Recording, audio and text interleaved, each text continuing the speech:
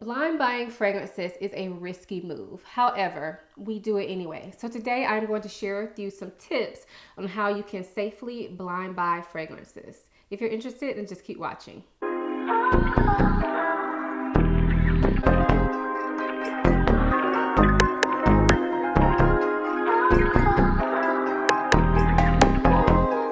Before we get into the video, I do want to quickly introduce myself for those of you who may be new here. My name is Ayesha. I make videos about fragrance, beauty, luxury, and lifestyle. If those are things you're interested in, please consider subscribing. And if you are a returning subscriber, hey y'all, welcome back to my channel. So before we get into the actual tips, let's talk a little bit about what blind buying is. I know a lot of you who watch my channel have been around a while. You guys know all about fragrances. You know the ins and outs and the different terminology that's used here in the fragrance community on YouTube. But for those of you who don't know, let me explain. Blind buying a fragrance is when you buy a fragrance and have not smelled it, have not tried it. So you could buy it in person, you can buy it online, which is what most people are doing. And you are ultimately taking a risk because you don't know how it's going to wear on your skin. Now, that being said, the safest way to buy a fragrance is probably to sample it for a few days at least on your skin before you make that purchase. However, although I know that's the safest way, that is not my preferred way to buy fragrances. And based on the comments that you all leave on my videos, I know a lot of you partake in blind buying as well. So these tips are going to help to kind of safeguard the process, but still know blind buying is going to be risky either way. So if you are going to blind buy, I would first suggest looking at the notes of the fragrance that you're interested in. So the fragrance notes can be found on the brand's website. They can be found on fragrantica.com, which is what I use typically. But you want to look at the notes of the fragrance. Now, even if you're not super familiar with notes, take some time, spend it on Fragrantica, and look at fragrances that you already love, that you already enjoy, and kind of see what notes they have in common. You don't have to go through like every single fragrance you have, but say if you have 3 fragrances that are like your top most favorite fragrances. Look at those notes, see what they have in common, and that can kind of help you determine what type of notes you're drawn to. So for instance, if you notice that like all of your favorite fragrances tend to have tobacco as a note, then when you're thinking about blind buying, look at that fragrance notes and see if maybe it has tobacco or some other similar notes as the fragrances that you like. That is my #1 tip. You don't have to know all the notes, but I think that if you're going to blind buy, you should be at least familiar with some notes that you do like. Now, if you're like me, I like a ton of different things. Like I like a wide range of types of fragrances. So at this point, I can kind of look at the notes of a fragrance and determine if it's going to work for me. However, when I was starting out, and I was purchasing stuff online, I would kind of stick to the same category of fragrances because I felt like they were safer buys because I knew I liked these types of notes. But as you progress in your fragrance journey, I don't really like that term, but as you progress in your fragrance journey, you will find more and more notes that will stand out to you and that you can kind of feel safe blind buying. Tip #2 is to read and or watch reviews. Now, I will say reviews can be very helpful, but don't take them as the end all be all because we all have different noses. We all associate scents with different things. And the way that you interpret a fragrance is not just based off how your nose takes it in. It takes into account memories and feelings and aversions to different things, especially like foods. So definitely take reviews with a grain of salt. They're meant to help you, but they should not be your end all be all. So I would suggest that you look at reviews on Fragrantica. That is a really good resource for reviews. But I will say on Fragrantica, some of the people, I feel like they just are on there just to down a fragrance. Like they just are on there to talk trash. I swear some of the reviews on Fragrantica are horrible. So I personally myself, I don't usually read like all the Fragrantica reviews. I will read like a couple, but I don't take those too hard. For me, the best way for me to find out about a fragrance and to determine if I think I'm going to like it before I blind buy it is actually YouTube reviews. And I will say that because I follow a lot of fragrance reviewers. And so there are certain people that I know our tastes are similar. So for instance, Spicy Looks here on YouTube, I always feel like whatever she likes, I'm gonna like, because we have a very, I mean, she has a huge collection, but I feel like our collections and things that we tend to go for are very similar. And I know that because I have watched her over and over and over again. Now, with that being said, I also like to watch reviewers that I know I have an opposite type of taste from. And when I say opposite, I mean, I'm using that loosely. We all like, you know, nobody's like set one way and set the other way. So keep that in mind. But like, there are certain people that I know love floral fragrances. They love white florals. They love very feminine type scents, and that's not really my genre. But if I am looking for a fragrance and I see that person happen to review it and I see how they feel about it, if they really hate it because it leans too masculine, or they love it because it's super girly, I know that I may be the opposite of them on that. Hopefully that makes sense. So to me, YouTube reviews are just a lot more helpful because I'm typically familiar with people's taste.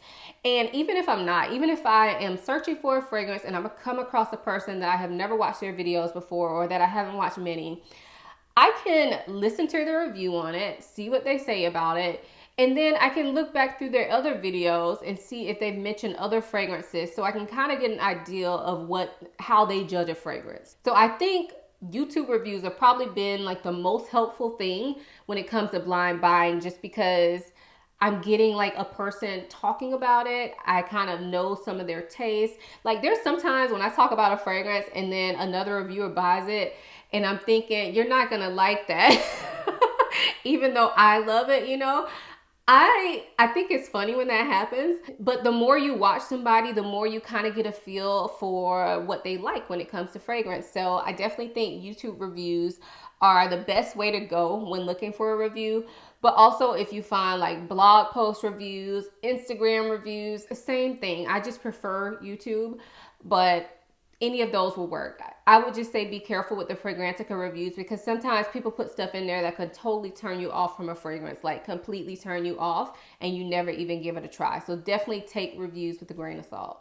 The third tip that I have for you is, if you're considering blind buying a fragrance, think about where it fits into your collection. Do you already have too many similar fragrances? Do you not have any fragrances of this type? Now, again, I'm going to mention Fragrantica because I feel like it can be really helpful as far as telling you fragrances that are similar to the fragrance that you're looking at. Now, on Fragrantica, they will have this section of similar to, and they'll have each fragrance and they'll have how many upvotes and downvotes. So I typically would try to look, or I would give more credence to ones that have more upvotes than downvotes. But I look at all of them just because I like to see, what are people thinking this smells like? Now, sometimes I feel like I completely disagree with what people say it is similar to. However, there are times where I feel like they're spot on. So definitely look at those similar fragrances on Fragrantica to see if, does this fit into your collection? Because you don't want to just keep buying the same fragrance over and over. And I know, like, when you initially start on a fragrance journey, you may buy a lot of the same types of fragrances because you feel safe in that. But as you venture out and grow your collection more and try different things, you will find that you probably like more fragrance notes than what you initially thought. Hopefully that makes sense. So let me give you an example of that. Now, recently, I have been getting more into fruity fragrances, and before that's not really been my thing.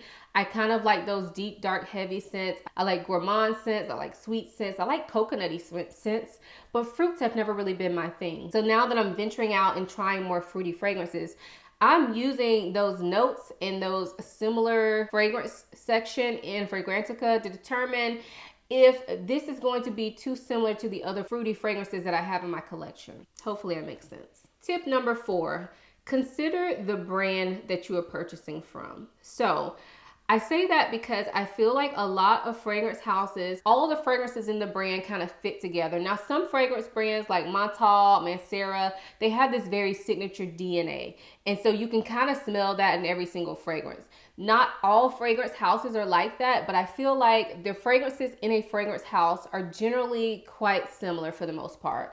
For instance, Tom Ford. Tom Ford has a ton of fragrances, so let's just say that. So they do have some different types of things, but I feel like if you know that you like a lot of Tom Ford fragrances, then it may be a little bit of a safer buy for you to buy a Tom Ford fragrance as to buying an Amouage fragrance.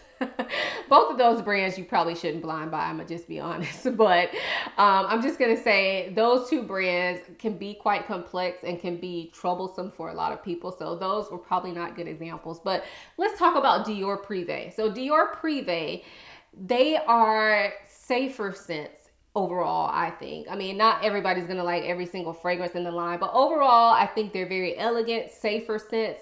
Maison Francis Kurkdjian is another brand that I feel like you kind of can't go wrong. You may not fall in love with it, but you kind of can't go wrong. So think about that if you're looking to blind buy a fragrance. Not saying that you should only stick to those safer fragrance companies, because where's the fun in that? I mean, we're all blind buying for the rush, right? Well, maybe not just for the rush, but that's a part of it.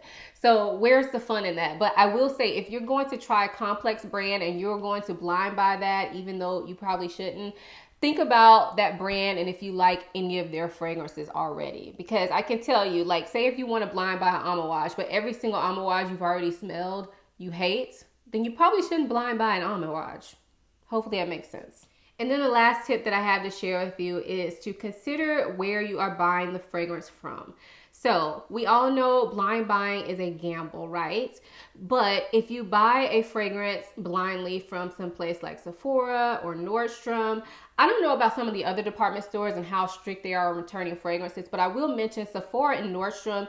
You can buy it, you can wear it as much as you want within that 30 days you have, or however long you have to return it, and then you can return it. Now, of course, I wouldn't buy a fragrance and wear it like halfway through and then try to return it, because that's not right to me. But say if you buy a fragrance and try it like 3 times and it just doesn't work, you can return it, no questions asked, to both places. And that's in store or online. So those to me are safer places to blind buy, even though you will be paying full retail unless some sort of sale is going on. Those are safer places to blind buy a fragrance that may be tricky for you, because you can return it and get your money back, right? Now, if you buy fragrances from places where you cannot return, so say for instance, fragrancenet.com or fragrancebuy.ca, Max Aroma. Actually, I don't know Max Aroma's return policy, so I'm gonna leave them out. But let's just say you buy from somewhere that you cannot return. You are taking a bigger risk because you may not like that fragrance. Not saying you can't get rid of it, but you may not like it and you may not be able to get your money back. So I would say that if you're going to blind buy from those places, then make sure you're getting a pretty good discount, because there's no point in blind buying from a place that you can't return it for the same price that you're going to blind buy from Nordstrom that you can return it. So hopefully that makes sense. Now, I do shop the discounter websites a lot. I love shopping them. I know some people don't feel comfortable with it, but I have a few that I shop from that I feel comfortable with, and I will take that risk of not being able to return it. But that's because I know a lot of fragrances I can resell on Mercari. So that is one thing I take into consideration, is that, is this a fragrance that I think a lot of people will like? So for instance, if I buy a Parfums de Marly fragrance on a like gray market or third party website, I know more than likely if I don't like it, I can easily sell it on Mercari. Whereas if I buy some like indie company, good luck selling on Mercari. You may be able to sell it, but you're not going to get the money that you pay it for. Let's just be clear. Now, if you resell a Parfums de Marly, you probably get close to what you paid, if not the same amount as what you paid. So hopefully that makes sense. Either way, it's a gamble. But I will say, if I buy a fragrance off the gray market or off like a European site or somewhere where I cannot return it, and I buy a fragrance that's probably not well known, then I look at it as, am I willing to lose this amount of money? It's kind of like with gambling, like literal gambling. So I don't really gamble, but I've been to Vegas, I've been to casinos before. And when I go, I take out a certain amount of money and I say, this is my fun money. And this is the money that I am willing to lose. This is the money that I'm not counting on taking back home with me. I'm just doing this because it's fun. So I kind of look at buying a fragrance in a risky blind buy the same way, because you may not like it. You may not be able to get your money back for it. You have to determine if you yourself are willing to take that chance. Now, I do review fragrances on YouTube, and I like to buy things to share with y'all. I don't buy fragrances just to share with y'all, but I may be a little bit riskier in my blind buys because I know I'm going to share it with y'all and I feel like it can be helpful. But if you're just buying for yourself, you don't need to go out and buy every single thing that comes out. Think about the tips that I gave you. Think about how risky it is. Think about if you're willing to lose the coin, because I wouldn't suggest like going out blind buying a $300 fragrance that you cannot return and that you're probably not going to be able to resell. I wouldn't do it if I were you. Not saying I've never done it myself before, but I wouldn't do it if I were you. Just putting that out there. So those were the 5 tips that I wanted to share with you all today. I know this video may be a bit redundant for some of you who have been blind buying for a while or who are completely against blind buying, but I hope that some of you all found this video helpful, especially if you are just getting into buying fragrances. I've noticed a lot of you in my comments lately have been saying, you know, you're just expanding your fragrance collection. So definitely, if you're going to blind buy, I hope that you found this helpful. I will say that probably the safest way is still to buy samples and all, but I mean, you do what you do. I like to blind buy. I like the rush. I don't like samples. I don't really feel like I get a good idea of the fragrance. I will say that if I want to try a fragrance out, for me, buying a decant is a better way for me to do it. They're a little bit more money, but I feel like I get a truer experience with a better atomizer and with more fragrance to play around with. The little like 3 ml samples, I don't like buying those. I would give them for free and try them, you know, but I don't like to buy those. I feel like for me personally, they're a waste of my money. And I know some of you all are going to disagree because you're saying, well, you're wasting $10 instead of wasting $110. But for me, the way I look at it, part of the blind buying process is the rush, the thrill of it. It's a fun thing for me to do. It's a risk that I'm willing to take. So if you're willing to take that risk too, I hope this video helped you at least be a little bit safer about it, you know? Anyway, I hope you guys enjoyed this video. If you did, please give it a thumbs up. Also, make sure you're subscribed and follow me over on Instagram. If you guys want to hear any more videos about tips and things, let me know, because I don't typically do these types of videos. I kind of assume that you all, like, we're all on the same page here about fragrance, but that's not necessarily true. So if there's any other types of tips that you want to know, let me know. Maybe I can do a video. Maybe I can do it in a Q&A. Maybe I can do it on Instagram in my reels. I think that's a really good way to share tips. So definitely make sure you follow me on Instagram too, so that we can connect over there. It's just a much easier way for us to interact. I hope you guys enjoyed this video as much as I enjoyed making it. Thanks so much for watching. I'll see you in my next one. Bye.